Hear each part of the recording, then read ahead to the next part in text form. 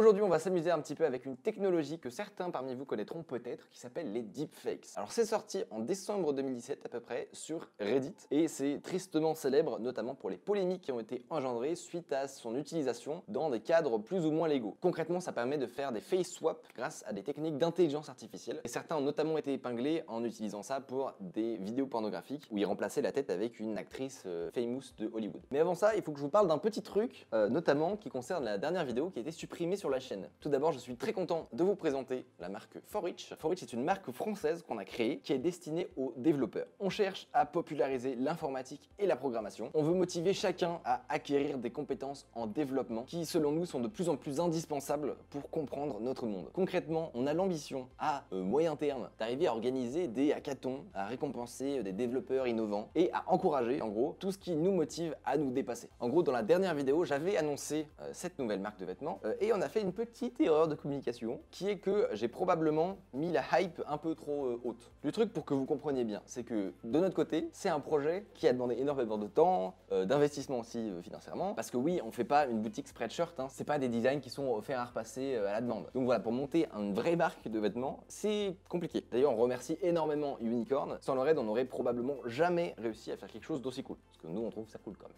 Et si on a créé une marque de vêtements et pas autre chose, c'est parce que de notre côté, d'un point de vue strictement personnel, on n'a vraiment pas de fringues sympathiques qui reflètent un peu cet état d'esprit de développeur qu'on a. À part les t-shirts avec une Van Simpson dessus, qui sont très bien, je vous l'accorde. Après, je peux comprendre aussi que certaines personnes aient pu être déçues parce qu'on en est vraiment aux prémices du projet. C'est-à-dire que pour l'instant, il y a une collection, il y a un design donc sur 3 modèles. Alors nous perso, on les aime beaucoup, c'était pour ça qu'on les a fait d'ailleurs. Et il faut savoir qu'on envisage aussi des choses qui sortent complètement du cadre de la simple marque de vêtements. Et dernier truc, si vous achetez un produit ForReach là dans les prochaines semaines, sachez que tous les bénéfices ils vont à une association qui s'appelle Voyageurs du numérique, qui est super cool. On vous en a déjà parlé plusieurs fois. Vous avez une vidéo de présentation qu'on a réalisée là-bas dans la description. Et donc voilà, c'est si vous voulez soutenir un projet sympa, c'est aussi une façon de le faire. Assez de blabla, c'est parti pour la transformation de moi en Elon Musk.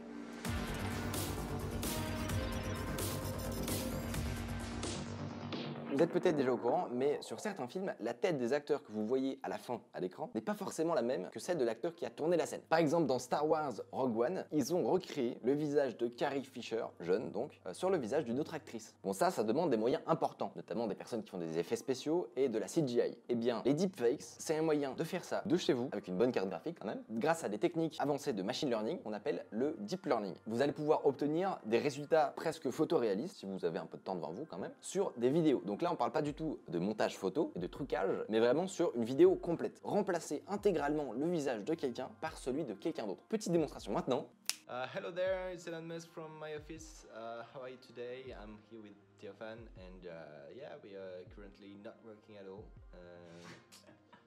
And yeah, nothing more to say. Comme vous le voyez, c'est très impressionnant. Moi, je sais pas encore parce que j'ai pas vu le résultat, mais c'est probablement très impressionnant. Comment ça fonctionne? Comme à peu près tous les algorithmes de machine learning, ça a besoin de données, beaucoup de données. C'est un algorithme qui va avoir besoin d'énormément d'images, des visages des deux personnes qu'on a envie d'échanger. Par exemple, pour faire ce que vous venez de voir actuellement, on a récupéré 2 vidéos. Une, donc de Elon Musk. C'est une vidéo qui est vraiment pas mal parce qu'au niveau de la lumière, c'est assez homogène, il y a des petites ombres ici, mais ça passe. Et surtout, on a le même angle de vue avec des positions du visage et des lèvres qui sont très variées. On a ensuite enregistré une vidéo de moi où on a essayé d'être à peu près dans les mêmes conditions d'éclairage. Et avec ça, ça nous fait 2 vidéos avec 25 images par seconde. Donc ça fait largement suffisamment de données. Pour aller un peu plus vite, on a utilisé ce projet qui a l'avantage d'automatiser pas mal de tâches, notamment la séparation de la vidéo en plein d'images, la reconnaissance faciale pour récupérer seulement le carré au niveau du visage qui nous intéresse pour chaque personne. Là, on a 8000 têtes d'Elon Musk et 9000 têtes de moi, ce qui est vraiment suffisant. Il y a certaines personnes qui arrivent à avoir déjà des bons résultats avec quelques centaines d'images. Ensuite, on va devoir entraîner un modèle. C'est la partie qui dure très longtemps. Nous on l'a fait tourner pendant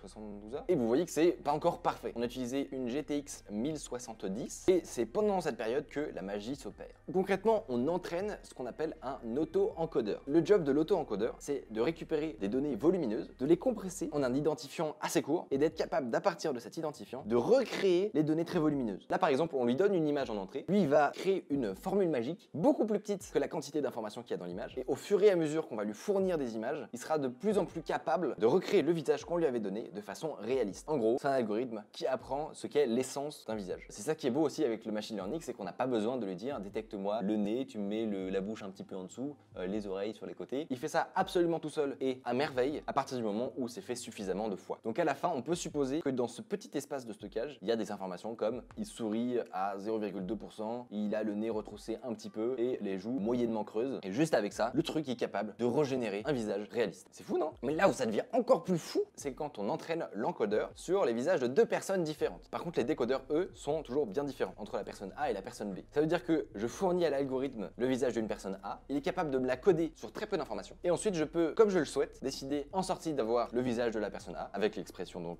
qu'elle avait déjà avant. L'image bouge pas énormément. Ou alors de sortir l'image de la personne B. En gros, on lui fournit l'image d'un des deux visages, on lui dit file-moi une tête qui ressemble à peu près à ça. Et lui va être capable, au choix, de nous sortir soit le même visage, soit le visage de quelqu'un d'autre. Vous répétez cette opération frame par frame sur une vidéo. Et hop, à chaque image, l'algorithme va être capable de modifier les traits du visage parce que justement, au préalable, pendant des heures et des heures, il a appris ce qu'était l'essence d'un visage de Micode pour le transformer en Elon. D'ailleurs, pour ceux qui veulent s'amuser, je vous mets le modèle Micode to Elon en description. N'hésitez pas à faire joujou, voilà. En fait, sachez que une fois que c'est entraîné, ça c'est vraiment la partie chiante et longue. Une fois que c'est fait, on peut vraiment générer autant de vidéos qu'on veut parce que ça correspond au rendu d'une petite vidéo. C'est-à-dire qu'on met 2 fois moins de temps que la durée de la vidéo à peu près pour générer le deepfake. Au-delà des questions techniques, ça pose quand même pas mal de questions, notamment d'un point de vue éthique. Comme je vous l'ai dit, il y a des gens qui ont utilisé ça pour mettre les visages d'actrices à des endroits où elles n'auraient probablement jamais aimé se retrouver. D'ailleurs, les sites qui avaient ces vidéos-là les ont toutes supprimées rapidement. Et concrètement, ça veut dire que à partir du moment où on a suffisamment d'images de quelqu'un sur Internet, ce qui est le cas, parce que maintenant tout le monde met sa tête partout sur les réseaux sociaux, moi le premier d'ailleurs, et ben il faut s'attendre à pouvoir être intégré dans à peu près n'importe quelle vidéo et qu'on vous fasse dire potentiellement des trucs complètement débiles. Il y a quelques limitations quand même qui sont que déjà ça peut être un petit peu cher, parce que mine de rien, faire tourner une grosse carte graphique pendant très longtemps, ça consomme de l'électricité. Mais tout comme on s'est habitué à l'idée qu'une photo pouvait tout à fait être un photomontage, même si elle paraît très réaliste, il va falloir aussi s'habituer au fait qu'une vidéo de quelqu'un qui est en train de parler peut être totalement fake. Surtout que depuis, il y a eu des nouveaux projets qui sont sortis encore plus dingues selon moi, notamment une université qui a réussi la prouesse de générer des speeches d'Obama simplement à partir de l'audio de quelqu'un qui parle. Donc concrètement, je prends un micro, je raconte des conneries et je peux directement générer une vidéo d'Obama qui raconte ce que je viens de dire. Et là, on atteint vraiment quand même un sacré level de potentiel destructif, notamment au niveau des fake news, des choses comme ça. Il va falloir faire vraiment très attention quand ces choses-là vont se démocratiser. Heureusement, pour l'instant, c'est un projet qui est privé, même si honnêtement, on aimerait bien tester. Si vous voulez nous l'envoyer, n'hésitez pas. Je vous mets un petit schéma du fonctionnement. Ça prend l'input audio, ça le transforme en une disposition labiale, ça rajoute ensuite la texture de la bouche et il manque plus qu'à le plaquer image par image sur les frames d'une vidéo, d'un speech qui existe déjà. Bon, on dit comme ça a l'air très simple, mais pour l'instant, je crois qu'ils ont besoin quand même de 10 heures de vidéo, donc c'est pas encore hyper accessible. Mais il faut voir aussi les potentiels côtés sympas. Comme toute nouvelle technologie, ça peut être mal utilisé, mais il y a des potentielles applications. Notamment dans la vidéo, bientôt, tout le monde pourra faire comme Hollywood, avec leur CGI de malade là, depuis chez lui, avec sa carte graphique. Peut-être demain, on pourra louer le visage d'une star et l'intégrer dans son court-métrage. Ça peut te donner des trucs un peu bizarres aussi quand même. Ou d'un youtubeur. Tu montes ta chaîne YouTube, mais tu mets la tête de Cyprien sur toi et tu crées des podcasts inédits. Pas te donner des mauvaises idées. Merci de m'avoir écouté, j'espère que vous en avez appris un petit peu plus sur ce que sont les deepfakes. Merci beaucoup à tous ceux qui soutiendront le projet 4Each. J'ai très hâte de vous voir les porter et